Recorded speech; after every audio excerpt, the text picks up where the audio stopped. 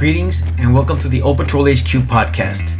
Now we present part 2 of my epic interview with Maria Rodriguez, the voice of the unstoppable. A first-generation Mexican native, speaker, entrepreneur, and published author, she's here to remind us that nothing is impossible without a little faith, hustle, and heart. Get ready for part 2 because it's even better than the first. Thank you for joining us.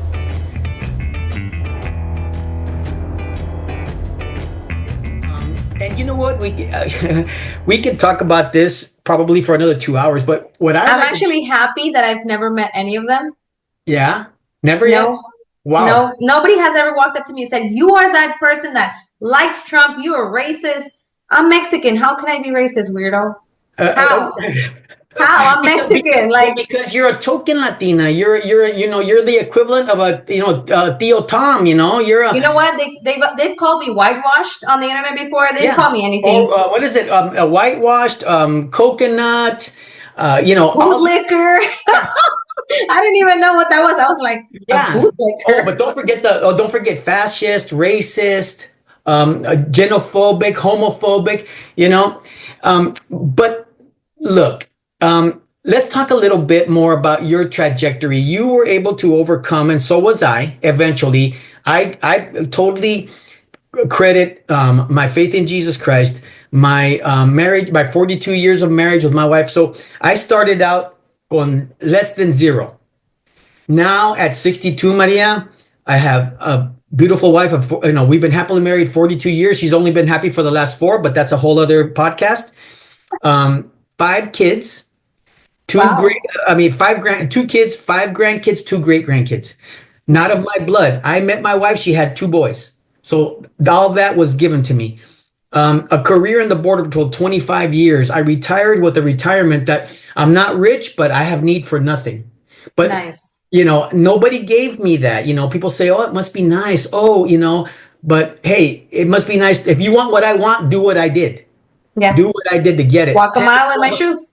I wasn't home for the first 5 years of my career in the Border Patrol. And after that, I was sent all across the country. So there's that.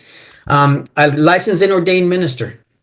Also, served in my church for 25 years. I've been teaching the Bible for 30 years, right? So I have been given by God where I told you I should be in an extra room in my sister's house. If they still pumping gas, bartending, or I don't know what. Yes. Because I had no drive, no structure, nowhere to go, no ambition until the day that God got a hold of my life and said, hey, now it's time to become a man. And then the Bible defined for me what a man was. And then I took that. That's where I took trust me, I'm not perfect, and God's still going to work on me till the day I die.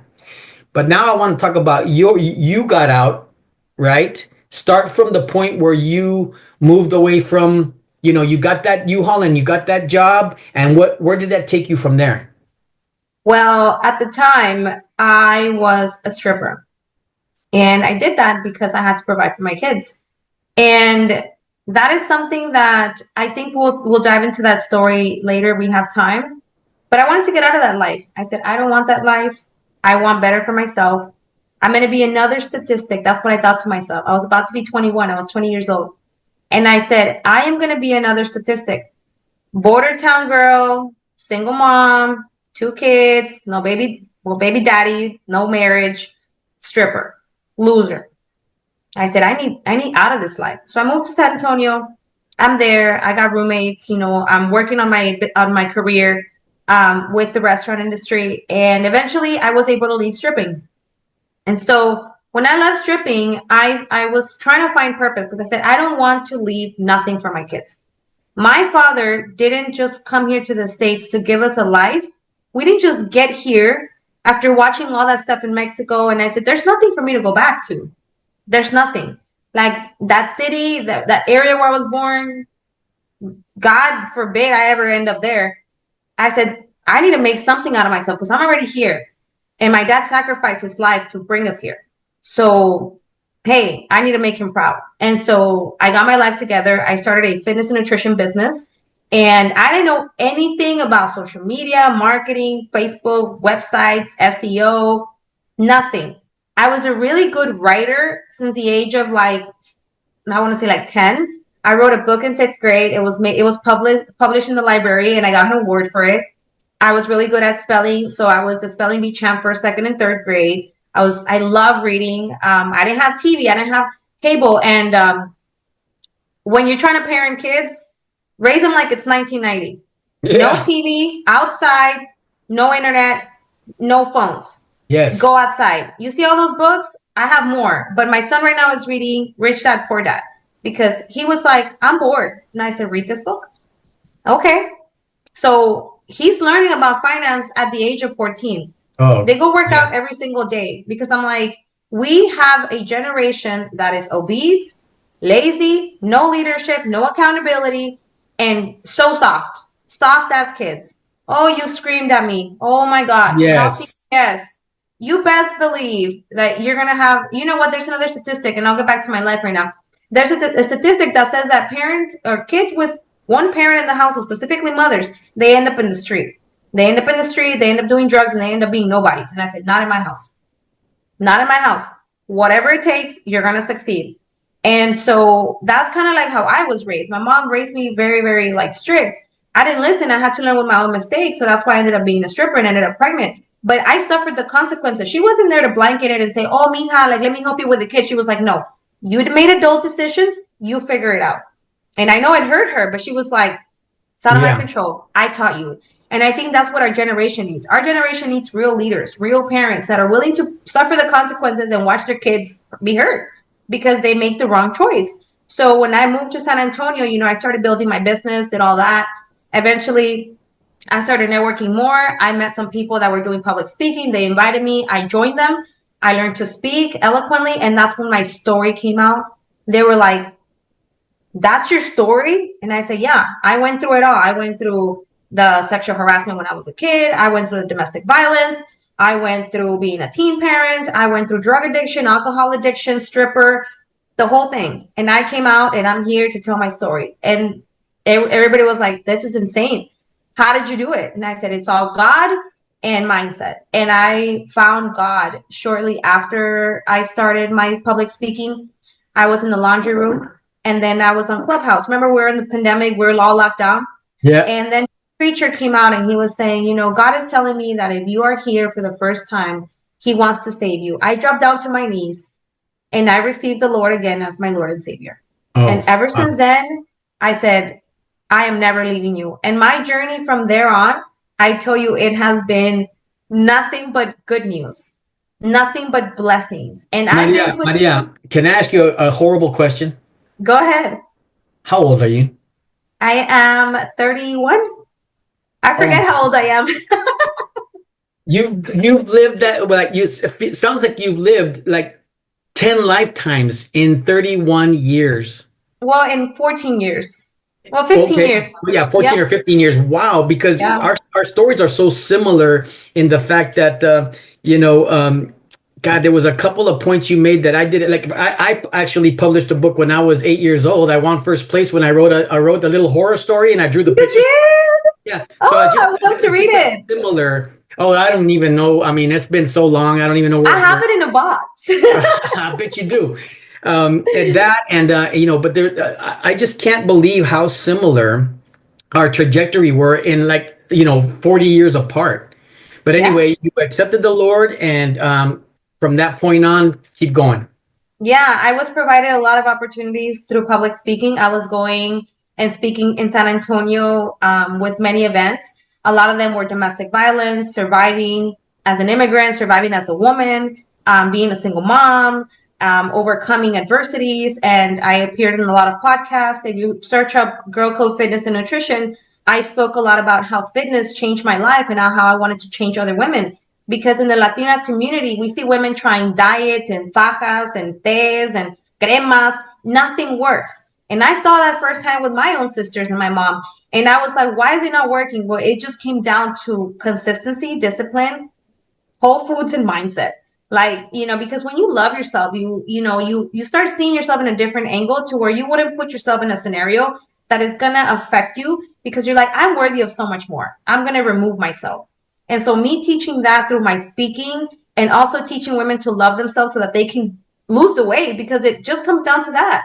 As cringe as it sounds, it is like you love yourself, you feed yourself well, and you take care of yourself. And one thing that I started speaking on a lot was fill your cup before you fill anyone else's. And for me, filling up my cup is talking to God and reading the Bible and going to church and having faith, because that is my compass. That is my North Star. I couldn't have done what I've done. And then eventually, after I grew that business for 4 years, I said, I want more. So I prayed, and God was like, Dallas, Texas. So initially it was going to be Flower Mound, and I don't know how big Dallas was. And I ended up in Aubrey, Texas, which is like north of it.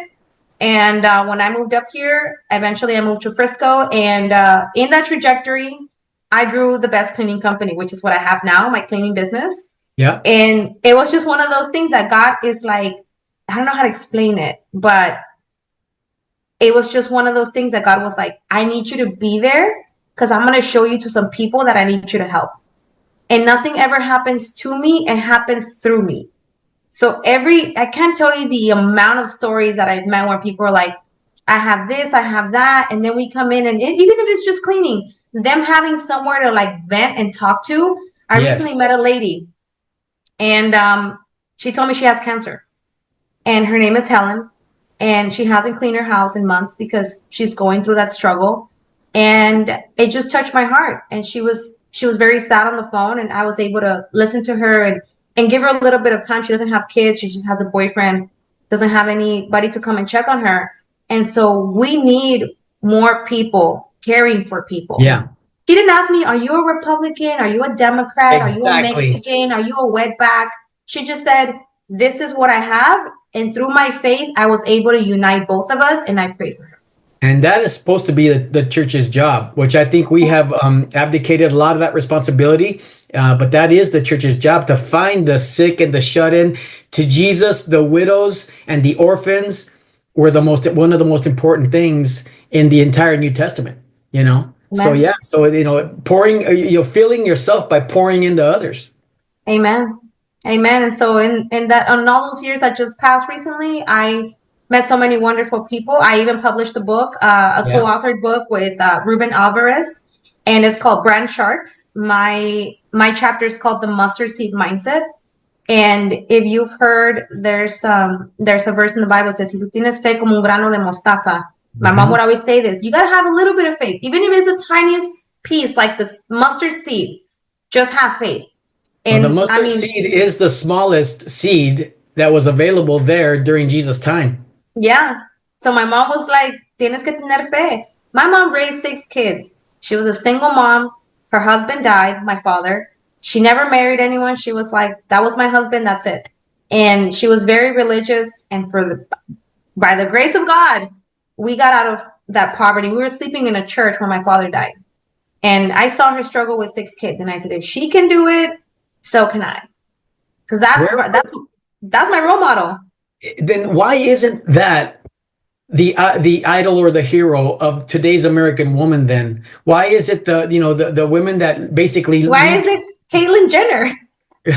Right. Well, yeah. Well, which makes my point, Maria, that when men try to become women, they're better at it.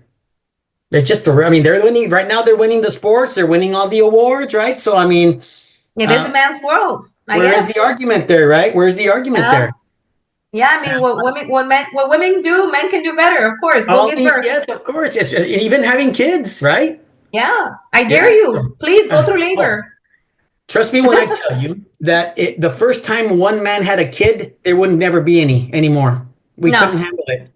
No, and you know what? That's that's something that people say. Well, what is a woman? It's a construct of your imagination of the whatever. And I'm like, when I see a baby crying, my natural instinct is to pick that baby up and soothe them. Do you need water? Do you need food? You need to be called? What is it? I want to know what your needs are. When I see someone says, I'm hungry, I'm like, oh, I'll make you something. Instantaneously. It's not because, it's a construct of my imagination, because society, no. Well, here's the thing, if a man really says they want to be a woman, then they should have chemically induced periods. They should Oh, at least all of them go one time through the simulation, as best as possible of a pregnancy. But yes.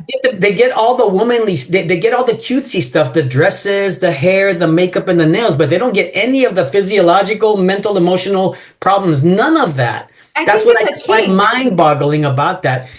But I want to get to the point, and there's so much we could talk about.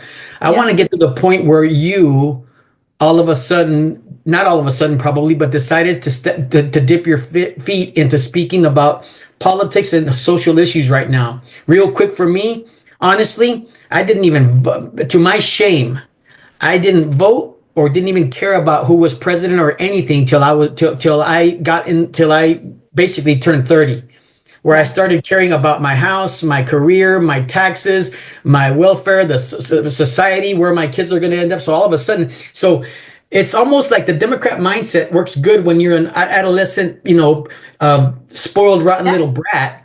But Yeah. once you own property, once you have built a life and you did it all with your own, Bare blood, sweat, and hands. tears. You don't want people dipping into that stuff to pay for, condoms in Uganda or, Sesame Street in Iraq. No, I don't want my money going to that. So how did, and we're the exception, right? When there's not a lot of Latinos out there that become so, politically aware and Yeah. but then also not just become politically aware, but step into the arena of battling for the souls of our fellow, not just me, because again, I don't, Everyone. I grew up colorless, Yeah. and even that is considered racist now. But I care about how you react to me, how you act in society, how you carry yourself, who you are as a person. I don't care about your color. When you make it an issue of color, then that's where it's That's like, that's your only defensive line. really, really, it really is. It really is, because now that's your identity. Your victimhood is your identity. Your color is your identity. Your political view is your That's identity. your crutch. Yeah, and it's not. So how did you all of a sudden become aware of the importance of politics and starting to talk about it? Well, like before when I didn't have shit, excuse my Yeah. French, I was like, yeah, fuck Trump. Fuck that guy. He's rich and he thinks that blah, blah, blah. But then when I started making some money Mm, and my check, when I was working at the restaurant industry, it went from 550 to 400 to 350. And I said, I have two jobs. How is it that I'm barely getting by? And then I went to be a stripper because I couldn't afford my life. And so in between all that, it's easy to turn the blind eye and say, well, it's just politics. Nobody's ever going to win. We're all going to be poor. And it's okay to just turn your blind eye. But when you really start building life and you yeah. start putting in the effort and showing up, and then you see all these lazy people in the food stamp office, and then birthing one kid after another, after another, after another. Yes. And then they all get on welfare and all this crap. And I'm like, that's where my money's going.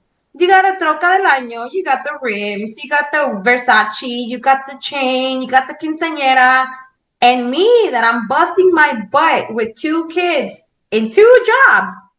I can't even qualify for food stamps. Yes. Wow, because I have two jobs. But you mean to tell me that because they're an immigrant couple or whatever, and they're not reporting, but they got four kids, they get $800? And no job. And I said, that's interesting. Mind you, some of them were working two jobs each. That's four incomes right there. And they still got to cash in four kids because they were all born here. But since they didn't have a social, they didn't report their income. So their income was like $50, whatever. So I was like, wait a minute. So all these people that I work with in the restaurant, they're all doing the same thing. They're all pushing babies out. And then when I moved to San Antonio, I said, you know what? I'm going to start building my life. And that's when we started paying taxes. And I said, what? Like before, I was breaking even. I was like, okay, I'm breaking even. I pay my taxes and I don't owe anything. They don't owe me nothing. Cool. No child credits because we don't qualify. We're immigrants. But I was like, wait a minute. How is it that I owe money? Why do I owe money? Oh, because you have a business. I was like, you son of a gun. You're screwing me. Because I did my math and I was like, you're supposed to be paying me. I got all these expenses. I went on the negative. I actually pulled money out of my own money to fulfill my business. And then COVID came around, and then I saw how they were trying to mold our kids into a certain thing. And I said, this is not right. I No. turned off Netflix. I canceled the subscription.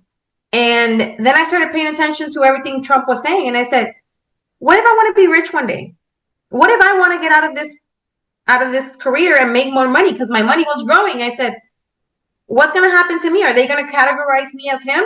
So then I started doing documentaries and like, you know, kind of like reading the documentaries on Trump and the candidates. Then I saw what Hillary Clinton did and Obama did. And I was like, wait a minute. They're lying to us. I turned off the TV and I started diving deep. And, you know, when we had the whole mask mandate, I was like, I'm not falling for that. There's no way. There's no way that you're going to tell me that vaccine is right. And at the time, I was doing a lot of coaching, and I saw women will come to me and say, I have heart problems. I don't know where they're coming from. Yeah. I have arrhythmia. I just, all of a sudden, I have a panic attack. I'm like, did you take the vaccine? Yes. So I said, you know what? We need to start diving deep into what's really going on. And that's when I started going down many, many rabbit holes. Last year, I read Project 2025, and I was very, I was not surprised, but I was very like, wow, this is what's going to happen next year. This is going to happen. And anybody that's not prepared, they need to be prepared. So I told my Latinos, I said, y'all need to get legal. Y'all need to get educated on what's going on, because I'm going to tell you one thing. Kamala Harris she's got no freaking idea what she's doing. And I just thought it was very unfair of everything that was going down, but I didn't see anybody speaking up. Yeah. Everybody kind of have a bar talk about it. Oh yeah, but you know, we can't say anything. And I said, why can't we? Oh, because, you know, like, what if they start investigating you? I'm like, well, what do you got to hide? Oh, but like, you know, what if they come and kill me? And I'm like, dude, nobody's going to come and kill you. Like, you need to speak up. So I started speaking up about things. And I called the first people to call out when they were doing the mass deportations was my Latinos. And let me put my sombrero before they say I'm not a real Mexican. I said this with love. Y'all need to get educated. Y'all need to get legal. This whole, I don't have money for lawyers, but you got money for a quinceañera. You got money from your tax refund. You got money from those kids going to your food stamps. Where's all the money that you make? Where's all the money that you make? Some of them did get tax refunds. Some of them did qualify for child credits. I'm like, in Texas, you don't qualify for none of that. I'm like, but I know for damn sure that you're making money. You got money for everything, but you don't got money for a lawyer? Ridiculous. Of course, I got called a whitewash person, whatever. But I said, listen, it is what it is. Take accountability. Go serve the military. Go find a path to citizenship. Right? There's a lot of avenues, but people are like, there's no avenues. There's no avenues if you don't try. No, exactly. And working in immigration, right? I also was a complete sellout, right? Mm-hmm. But it's right now, 71% of the Border Patrol is all, guess what? Latinos. Yes. Yeah. So, I mean, and the persons that hate illegal immigration the most are those that came in legally. Right. Mm-hmm. And not only that, but what happened to the line of people, Maria, 4 years ago, the 4 years of the auto pen Biden administration, that were waiting in line to come in? Everybody jumped ahead of the line. If you are in Disneyland and you cut the line on a Democrat, what do you think they're going to do? Cut in line on the ride, just in the ride, right? Just to go in the Disneyland ride. You cut the line in front of them. They're going to say, what the heck are you doing here? You know, I got here first. I'm waiting in line. Why are you jumping ahead of me for no reason? But the country, I mean, people don't even understand. I call it the greatest and deadliest taxpayer funded illegal alien invasion and security breach in the history of our country. Yeah. Because not only was it the people coming in through the southern border, but it was from all over the world. But it was 171 different countries. But it was the 3 to 500,000 that they were funneling in on the back door of the government. They maxed out every government program that had for the legal programs, and then they created a bunch of illegal programs within the federal government to just allow people to just come in willy-nilly. And now after allowing at least a minimum of 300,000 terrorist related illegals coming in, not to mention countless young Chinese men, which are all under the control of the Chinese government. Anybody who doesn't think so is just asleep. Now they're all in the country. And right now, this is how I categorize it. Yes, um, the American house was flooded and we've shut down the valve, but now we got to deal with the flood. The flood is destroying furniture. The walls are now becoming black mold. If you don't get rid of the water inside the house, that's Mitigation. right. Yeah, but we still, that's going to be right now. All we're dealing with is just shutting things down, and we are removing a lot of the, these horrible cartel gangs that have taken root in all these major cities, Chicago, New York, Los Angeles, not just them, but all across the country. But that's just the beginning, and that's going to take a decade. Trump's not going to get rid of all those gangs that now have done a foothold in this country in 4 years, in the next 3 years. Yeah, exactly. Yeah. But what it gives me peace of mind to have Tom Homan in this scenario, that's leadership. He cares about this country. And, yeah. And anybody that says, oh, he's too strict, he wants to separate families, what did Obama do? How about that? How many did Obama deport? Millions. 3 million. Millions. How many did Clinton deport? Millions. 12 million. How many has Trump deported? 600,000. Actually, he's up to 2 million right now. But he is. Yes, counting self-deportations and everything else like that. But here's the difference, Maria. Here's the difference. The societal change, the societal shift. The reality is that we used to do that type of enforcement even when I first came in. Into the cities, the trolley stations, the Home Depots, we'd pick those guys up. Of course, they'd be back the next day. Back then, it was kind of a game, right? We're like that cartoon. We're like that cartoon where the coyote punches the card and the roadrunner punches the card, and the roadrunner's the border patrol. I mean the coyote is the coyote and the border patrol is the anyway. It was basically a game. I used to joke with these guys. I'd be like, "Hey, mijo, next time you come in, let me know, and I'll barbecue for us, whatever." Because I've caught people twice in one shift, in one area, then another area. So, but they did, but we haven't seen the city patrol type of deportation we're seeing now. And so now you have again this spoiled, rotten brat generation on the left that is, and I hate when people use Hitler. If you call Republican or Democrat a Hitler or say that it's Nazi, you have no clue what happened in those days. You dishonor the memory of the 10 million of the 6 million Jews and the 4 million other people that were destroyed by Hitler. People are kind of ignorant when it comes to these terms. Yes. They don't know the real history about it. And I think that if we continue to call them idiots, which they are, and one thing that I take a lot of pride in is educating people. Yeah. Like the word democracy. You didn't know that it meant people electing somebody else to be in power? Okay, now you know what democracy is. Oh, I love your post I love your No Kings post. Those were right on the money, They are. They're silver teeth kids. No structure, no leadership, no boundaries. You motherfuckers were raised by the hood. Now you have a real leader that's involved, and which is every president should be very involved with their country. But no, they go hide in a bunker at the White House and they play oh, I don't know what's going on. You're supposed to be the leader. Yes. We have leadership now. People are not used to that. But what did you say? So you characterized the people that were out in the No Kings protest. You said this is the kind of kid they are. Tell me that again. They're the type of kids that didn't have structure in their house. They were the messy kids that your mom told you, don't bring them around, porque siempre que vienen, they leave a mess. They're the kind of kids that will go to your house and they would ask for food. They're the kind of kids that they will go to school with a dirty shirt and dirty pants. They were the kind of kids that they had piojos. They had head lice because their parents weren't involved. They didn't care. Yeah. Those were the kids that were out on the street doing God knows what. They would always get in trouble. I know.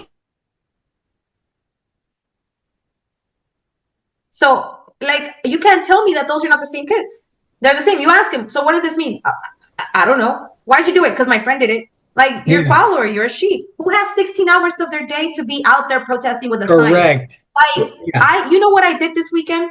So I unpacked my house and then I did like 400 cold calls for my business. And then I landed 15 deals. And then after that, I went for a jog. I worked out. I hung out with my kids. I did 4 home cooked meals. I did so many things. You mean to tell me I'm going to waste 16 hours of my day outside with a sign getting sunspots? You're insane. My time is too precious. Exactly, exactly. So You that want to makes me make wonder. democracy? Go to these city council meetings. Go talk to your governor. Yes, Get involved with your city. A little sign outside, it's gonna look cute or whatever on Instagram. You're gonna look like such a badass. But until you don't grow a backbone and go speak on the topics that you're so passionate about, go talk to your local immigration reform place. Go talk to your senator. Why don't you write them a letter? Why don't you go on social media and really talk about these issues and gather some people and send some emails? This whole thing about looking cute with a little sign it doesn't make sense. It's like, what are you doing? What are yeah. you doing? And the thing about it too, though, is the one thing I was positive, that Kamala Harris would win, because in Yeah, social media, right, they made it look like she was ahead, that she was, and they cut and paste everything about her, so she didn't sound like such a colossal monstrosity of a speaker, right? I mean, she doesn't do word salad, she does word buffets, okay, yeah. and it's like, so I I thought. really think that she's drunk most of the time. Agreed, but Yeah. I thought she was going to win. 100% thought she was going to win. When woke up the next morning and I saw that Trump had won, I thought to myself, "Oh my gosh, we got a reprieve. I thought if she gets in office, she's going to double and triple down on all of the auto pen Biden policies, and it's going to be even worse. But somehow, some way, by the grace of God, we got a reprieve. We got an adult in the White House that actually, you may not like how he talks. He's that uncle, he's that Theo that gets drunk and tells everybody's life story. I'm like, oh, I love that guy. I love that guy. I used You to sit there know, with my taquito and listen to him tell my aunts off, and tell my cousins off, and tell them the truth about themselves. We love that guy. I think Uh, he's a rich uncle. He's a uh, rich uncle, and Biden was our broke grandpa, penny pincher. Perfect characterization, perfect characterization. And so yeah, so it's like when he ended up there, I thought, okay, what got him there? Well, social media did, because now you can't hide. You can't cut and paste a video because the real video will be out in seconds. You can't say something without getting fact checked by a million different people. You know Kamala what I didn't mean? do a Joe Rogan interview. She wanted it with certain questions. You can't do certain things. You have to come to my Yes, office. JR was like, hell no. You come yes. here and we do it like we do it. If not, then that And tells us Trump everything we need to know. and Trump has given the press literally 1,000% more time than Biden ever did, and yet they still say, he's on vacation, he's doing this, he's doing that. He literally has resolved 8 wars. I'm not saying that the current deal with Gaza and with the Palestine and Israel, yeah, for right now it does amount to a ceasefire, but it's a ceasefire that did what no other person did. We got our hostages back. Yeah. So if nothing else, I can agree with you that it may not be like a actual end to the war, because they're starting to act up and doing all their BS. But now America has a justification to go and bomb the hell out of them if we have to, right? Because Hamas is not the good guy. These people, I don't know how they figured out that Hamas was the good guy, but they're not the good guy. Well, it's a chess game that world leaders are playing right now. Yes, Um, and I'm just glad that we have an adult in office. Adult and is not drunk. Trump is winning that chess game, because that Yeah. guy getting He's good at negotiating. Well, that's the thing, right? So, like, they say, "Oh, Trump's a joke." Well, and did you see the last time when he was over there? He had just negotiated a deal, but everybody wanted a picture with Trump, and even the people standing there said, "This guy deserves the Nobel Peace The Prize." Nobel Peace, yeah. Honestly, the Nobel Peace Prize means nothing now. They give it to anybody, just like a Pulitzer. Yeah. Remember how many journalists got a Pulitzer, and they come to find out that their story was a complete utter lie? It means nothing. So if I was him, and they finally did give him a peace, the Nobel Peace Prize, I would say, "Oh yeah, thank you very much," and then then I wouldn't show up to get it. I'd be Yeah. like, "I don't need, you know what? That means it means nothing, you know." Yeah. But again, getting back to the point where they came to a point where you started building a life, you started seeing, looking around, our eyes were opened, right? We took a bite of the tree of political good and evil, and our eyes were awakened and open, and now you're like, I have to protect what I have, but it's not enough to protect what I have. I want to help my fellow anybody's. If he's white, he's black, he's red, yeah, I don't give a crap. I want to help everybody around me also have what I have the opportunity to get what I get. If you're willing to put the work in, but also speak against. When I retired from the Border Patrol for 4 years, that's all I did. My wife was like ready to divorce me because I ate, slept, and drank the border. I was getting information from the field, straight from the field. I was funneling it out there. I was speaking. I too, like you, won awards for speaking. I was a president of my Toastmasters club. And I went out to all these Republican Party groups all across North County and all in my area and spoke to all these groups. The women's groups were my favorite because they fed you. And I know I know that's so misogynist. No, But no, no.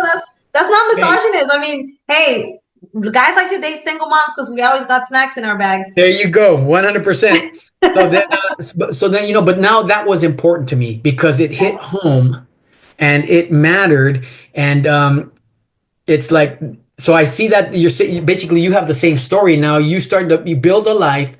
You're coming across all these obstacles that we, as working people, we shouldn't be coming across. We're not asking for a handout. We're asking you to just leave us Yeah. alone and clear the way, and we'll take care of business. Just Well, let. Schumer thinks our money belongs to him. Oh, but Schumer thinks our money belongs to him. He of came out on course. The View saying these Americans don't want us meddling in their business. Oh, look at me. I built it with my bare hands.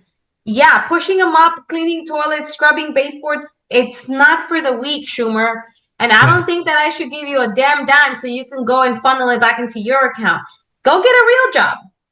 Serve only yeah. your 10 years, get out of Congress, and be a normal person. We need That term limits was for those people. We need badly, badly, because those people make their definitely. fortunes, right? How do they go from public servants making 170 grand a year to becoming multi-millionaires? Multi-millionaire. How does Why do that you happen? think? Why do you think Bernie Sanders is saying? Well, Trump is over there with all of his billionaire friends. Yeah. Well, why don't you say millionaires? Because you're a millionaire. Yeah. That would imply you too. There's only 900 million billionaires. 900, really? You're gonna think that only 900 people matter when there's 340 million Americans, and some of them are millionaires, and some of them are you. But Why but but doesn't he say millionaires? Maria, don't you find inspiration in Bernie Sanders' story of his struggle A all his pothead? life? I mean, yeah, don't you find inspiration in that? He should go start a family and have grandkids and just, he's 80. What are you doing? I know, and he What are made you doing? every penny that he has, he made through politics. He didn't work a Through real our job his money. entire life, right? Yeah, exactly. Our money, and then so that's the crazy thing about it. So in our few minutes, we've gone long, so maybe we'll cut this up in half. I don't know, but this has been such a great conversation with you, and I know we could talk all day. But tell me, where do we go from here? For me, it's like everybody thought that once Trump got elected, okay, that's it. We know everything's good. We don't have to fight anymore. We don't have to struggle. We can just move on with our lives and let Trump take care of business. But that's not the case, is it? Mm-mm. No, no, no. I think that what we need to do is continue. First of all, we're not as divided as they make it seem on the news. Agreed. Nobody walks up to me and says, "You're a Republican." I could tell. No, as a matter of fact, I don't even ask people's politics unless they see my social media. They're like, "Oh, you're a Republican." Yeah. Other than that, no, not really. I think that what we need to start doing is putting down our phones and start figuring out when is our next council meeting. Who is going up for what district? Who is our representatives? What district do we belong to? What are the benefits of this candidate and this candidate? I want to know. What does she offer that she doesn't? I'll tell you, for example, Henry Cuellar down in Laredo, been in office since I was in 5th grade. Yeah. Okay, he's in charge of the border sector. Okay, nobody ever stops and asks, what does he offer that his other contendants don't? You know, they don't ask these questions because they're so busy with their day to day. But this has gotten to a point that if we don't start asking these questions and we don't start getting involved, we are not going to have a country. We are going to go back to third world. You guys don't want third world. Trust me. It's a shithole. We imported a third world, and You import it, you get it. There was a guy here in Dallas, decapitated, head thrown in the trash. Guy was from the third world. I don't think that any of us want that. And I can tell that it's the majority of us that want to have the country back because that's why Trump won with a huge majority of the votes. That just tells you how many people care about this place called the USA. So first things first, make sure that you go get involved and figure out what district you belong to so you can get the dinosaurs out of office. Amen. Second of all, figure out and talk to your governor. If you don't like something in your state, maybe you don't like the schools, maybe you don't like this, go to your city council and tell them, hey, I need more resources for our kids in this county, in this school. Third of all, go to your governor. Go to your governor, go to your city council, go to the district, go to all these, get involved with your community. Get involved in you don't have to get involved with the whole country. Just get involved in your community. There's a council meeting, you go. There's a pothole, you report it. There's a school that doesn't have water, go report it. Report it. Be involved and get the dinosaurs out of Congress. Every 2 years, there's an election. Every 2 years, but y'all don't even know this because they're just because waiting. We just keep recycling the same guy over and over again, expecting the same results and the same results. That's insanity. Yeah, but somehow our Democrat brothers and sisters out there look at that and go, as long as he's Democrat, I don't care. I don't want a Republican. That's all they think about. They can't move past that part of it. And I would write down my values. What's really good? Are you really just gonna go based off of abortion when we have all these other issues? Yes. What weighs one more? Issue voters? Yeah. And a while ago, I heard this saying. It said, "Local action means nationwide impact." And guess what? The Democrats, the liberals, they know that. They go after our kids at the elementary school level. That's why they send, drag queens dressed like demons to go read to them. Why aren't they doing that at rest homes? Why aren't they doing that at the prisons and jails, entertaining the prisoners? No, they go to our kids. They start them off young. Why do we think that almost every city council across the country is largely liberal? Because they understand that. But the Republican side, the conservative side, they don't seem to understand that we have to start at the ground level from local school boards to local congresses to local government. Because if you don't start there, then you're giving that over. How did our education system, Maria, go from teaching that, convincing a generation of kids that Hamas is the good guy? You went from teaching to grooming.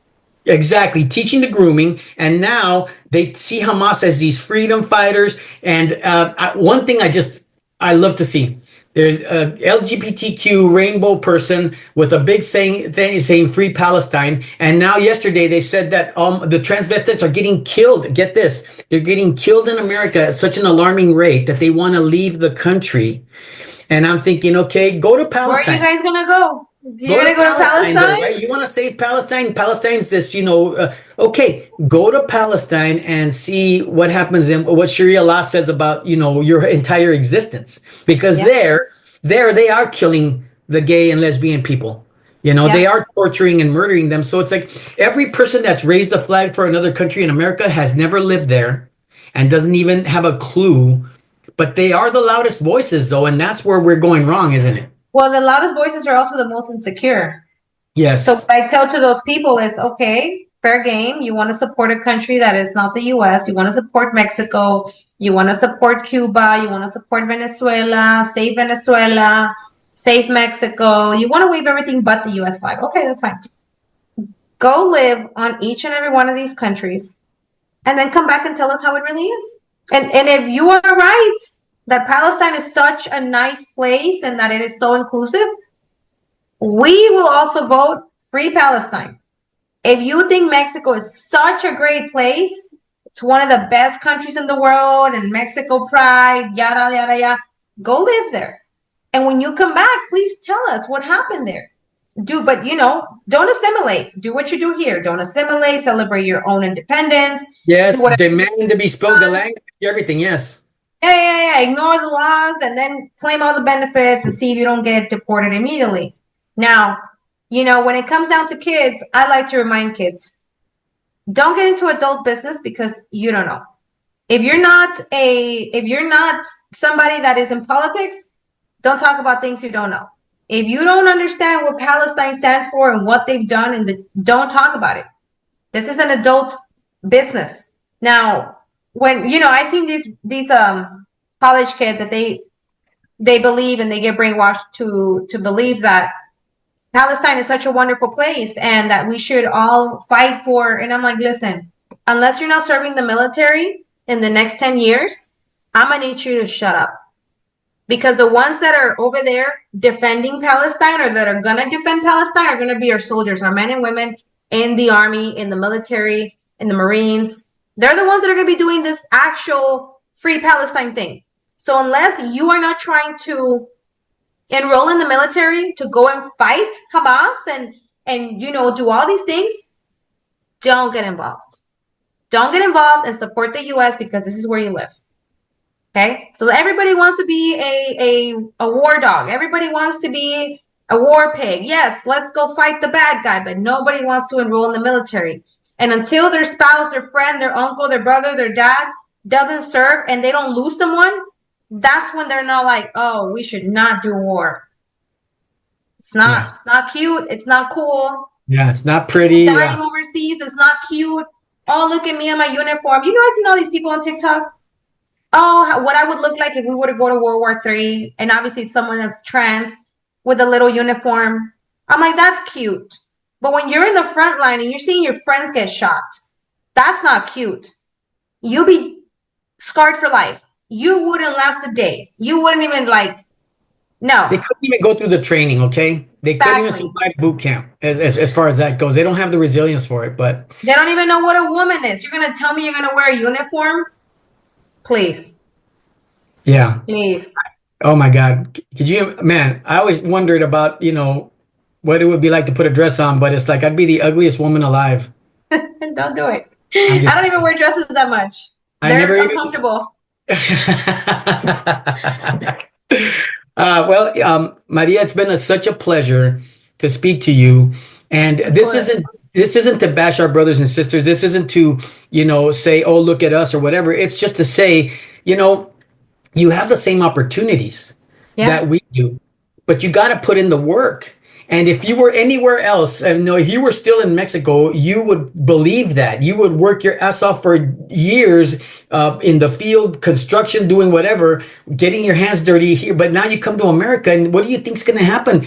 They actually post videos all in these foreign countries with Trump saying the border is open. Come on in. We're going to let you in. We're going to give you everything you need. Right now, 66% of the illegal immigrants in the country are under some kind of public assistance.